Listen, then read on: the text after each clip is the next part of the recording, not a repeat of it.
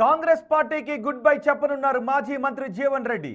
Market ద్వారా మొక్కజొన్న కొనుగోలు చేయాలి అని ప్రభుత్వాన్ని డిమాండ్ చేస్తూ రైతుల ఆందోళనలో పాల్గొన్నారు జీవన్ రెడ్డి. కలెక్టరేట్లో మొక్కజొన్న రైతులతో కలిసి నిరసన వ్యక్తం చేశారు. తన నివాసం నుంచి కలెక్టరేట్ వరకు మొక్కజొన్న రైతులతో కలిసి బైక్ ర్యాలీ నిర్వహించారు. ఆయన ఆరుతడి పంటలను ప్రభుత్వం ప్రోత్సహించాలి అన్నారు. పంటల కొనుగోలు చేయాలి అని కలెక్టర్కు వినతి పత్రం అందించారు జీవన్ రెడ్డి.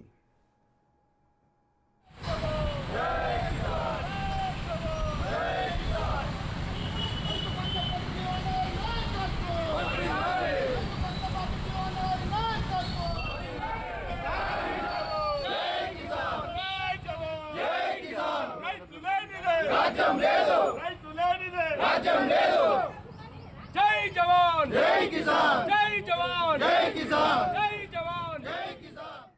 జీవన్ రెడ్డి కాంగ్రెస్ పై అలిగి ఉన్నారు. ఆయన త్వరలోనే గుడ్ బై చెప్పబోతూ ఉన్నారు.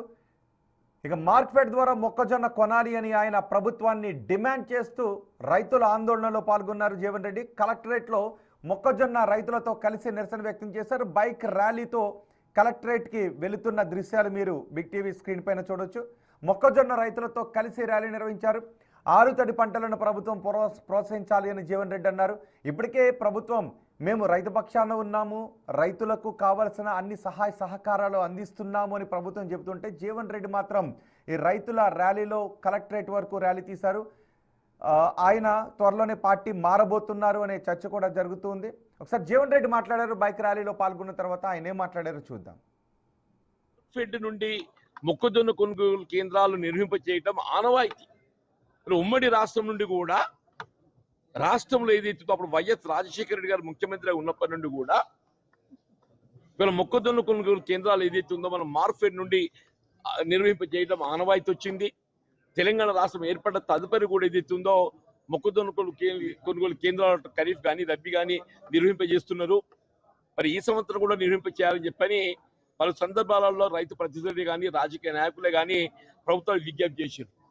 కానీ ఇంతవరకు ఏదైతే మొక్కజొన్న కొనుగోలు కేంద్రాలకు సంబంధించి ప్రభుత్వం ఏ విధమైన నిర్ణయం తీసుకోలేక జాప్యం కావడంతో ఏదైతే ఉందో మరి పంట విక్రయం లోపల అమ్ముకోవడం లోపల నష్టపోతుంది. వీళ్ళ జగిత్యాల నియోజకవర్గానికి సంబంధించి రైతాంగం అందరూ కూడా ఏదైతున్నదో వీళ్ళ ప్రజావాణి ద్వారా ఏదైతుందో ఈ సమస్యను ప్రభుత్వాన్ని నివేదించాలి. ప్రభుత్వాన్ని నివేదించి ఏదైతుందో రేపు 19 తారీఖు ఉగాది పర్వదినం ఇలా మొత్తం తెలుగు వారికి అందరికి ఏదైతుందో తెలుగు సంవత్సరాది ఏదైతుందో ఒక శుభ పరిణామంగా భావిస్తాం. కాబట్టి ఈ యుగాది నుండి ఏదైతున్నదో ఈ మొక్కజొన్న కొనుగోలు కేంద్రాలు తక్షణమే ఇలా జగిత్యాల నియోజకవర్గానికి సంబంధించి జగిత్యాలే కానివ్వండి, రాయకలే కానివ్వండి, సారంగపూర్ కానివ్వండి, బీర్పూర్ కానివ్వండి, అట్లాగే ఏదైతుందో ఇంకా అవైపు మెట్టిపల్లి కానీ, కొరుట్ల కానీ, ఇక్కడ గొల్లపల్లి కానీ, ధర్మపురి కానీ ఇలా గతంలో ఎక్కడెక్కడైతే మొక్కజొన్న కొనుగోలు కేంద్రాలు నిర్వహింపజేయడం జరిగిందో అవన్నీ కూడా తక్షణమే రేపు 19 ఉగాది దినం నుండి ఏదైతే ఉందో పర్వదినం కాబట్టి ఆ దినంగా ఆరంభింపజేసి రైతుకు అండగా నిలవాలని చెప్పని రాష్ట్ర ప్రభుత్వం గౌరవ ముఖ్యమంత్రి గారికి ఏదైతే ఉందో ప్రజావాణి ద్వారా జిల్లా కలెక్టర్ ద్వారా విజ్ఞప్తి చేస్తున్నాం. మొక్కజొన్న కొనుగోలు కేంద్రాలను అతి త్వరలో ఏర్పాటు చేయాలి అని జీవన్ రెడ్డి అంటూ ఉన్నారు. జీవన్ రెడ్డి చేసిన ఈ రైతు ర్యాలీపై పార్టీలో కూడా చర్చ జరుగుతుంది. మా ప్రతినిధి శ్రీనివాస్ ఉన్నారు పూర్తి సమాచారం అందించడానికి. శ్రీనివాస్, రైతుల సమస్యల పేరుతో జీవన్ రెడ్డి తీసిన ఈ ర్యాలీ పార్టీపై పోరాటంగానే చెప్పుకోవాల్సినటువంటి అవసరం ఉంటుందా?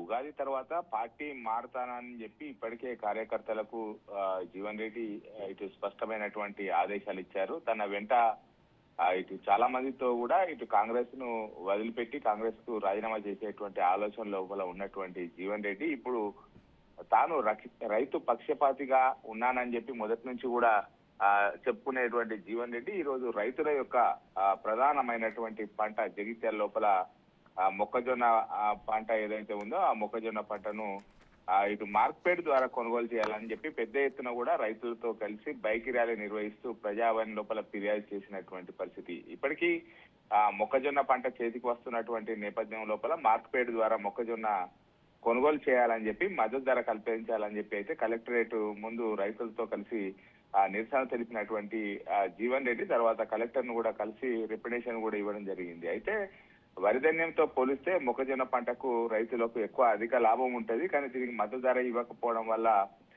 ఇటు ప్రభుత్వం కూడా మొక్కజొన్న పంటను ప్రోత్సహించలేకపోతుంది. వరిధాన్యంకు ప్రత్యామ్నాయంగా మొక్కజొన్న పంటనే ప్రోత్సహించాలని చెప్పి తాను రైతు పక్షాన పోరాటం చేస్తున్నట్టుగా అయితే ఈ రోజు ఆ గ్రీన్ కలర్ ఏదైతే కండువా రైతు గుర్తుగా భావించేటువంటి కండువను తీసుకొని వేసుకొని బైక్ ర్యాలీ ద్వారా కలెక్టరేట్ కు వెళ్ళడం కూడా జరిగింది. అంటే జీవన్ రెడ్డి దాదాపుగా కాంగ్రెస్ పార్టీకి గుడ్ బై చెప్పేటువంటి ఆలోచన ఉన్నటువంటి నేపథ్యం లోపల ఇప్పుడు ప్రభుత్వాన్ని డిమాండ్ చేస్తూ రైతుల పక్షాన ఈ విధంగా నిరసన తెలపడం అయితే చర్చనీయాంశంగా మారినటువంటి పరిస్థితి కనబడుతుంది. అంటే ఆయన ప్రభుత్వం ఒకటే రైతుల సమస్యల గురించి మార్కెట్ ద్వారా మొక్కజొన్నను కొనుగోలు చేయాలి అని ఆయన ప్రభుత్వాన్ని డిమాండ్ చేసే క్రమంలో తీసిన ఈ ర్యాలీ పార్టీపై ఆయన అసంతృప్తిని బహిరంగంగా వ్యక్తం చేస్తూ ఉన్న వాటిలో ఒక అడుగుగానే చెప్పుకోవాలా? అటువంటి చర్చ జరుగుతుందని మాటలు వినిపిస్తున్నాయి.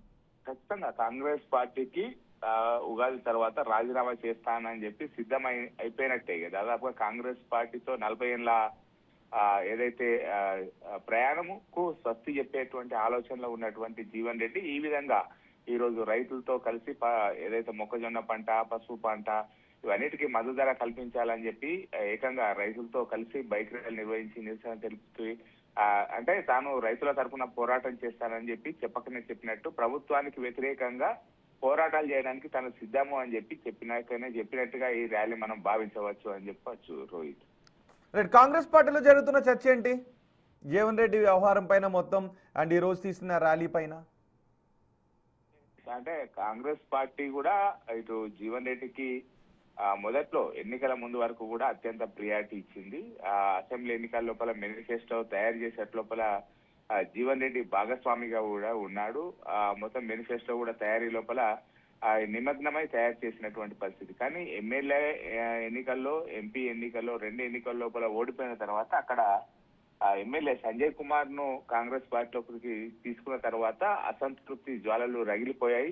ఎందుకంటే తనను కన్సల్ట్ చేయకుండానే సంజయ్ కుమార్ ను ఏ విధంగా పార్టీతో చేర్చుకుంటారని మొదటి నుంచి కూడా ఇటు కోపంతో ఉన్నటువంటి జీవన్ రెడ్డి చాలా సార్లు కూడా అధిష్టానం బుజ్జగించేటువంటి ప్రయత్నం చేసింది. నిన్న కూడా కాంగ్రెస్ పార్టీని వదిలి వెళ్తాడనేటువంటి నేపథ్యం లోపల డిసిసి అధ్యక్షును ఒక దూతగా పంపింది. కానీ ఖచ్చితంగా తాను కాంగ్రెస్ పార్టీకి రాజీనామా చేస్తానని కూడా చెప్పడం జరిగింది. మరి పిసిసి అధ్యక్షుడు కూడా ఇటు మహేష్ కుమార్ గౌడ్ కూడా జగిత్యాలకు వచ్చేటువంటి అవకాశం ఉన్నది. జీవన్ రెడ్డిని బుజ్జగించేటువంటి అవకాశం ఉన్నట్టుగా అయితే తెలుస్తుంది రోహిత్. మనం రైట్ శ్రీనివాస్.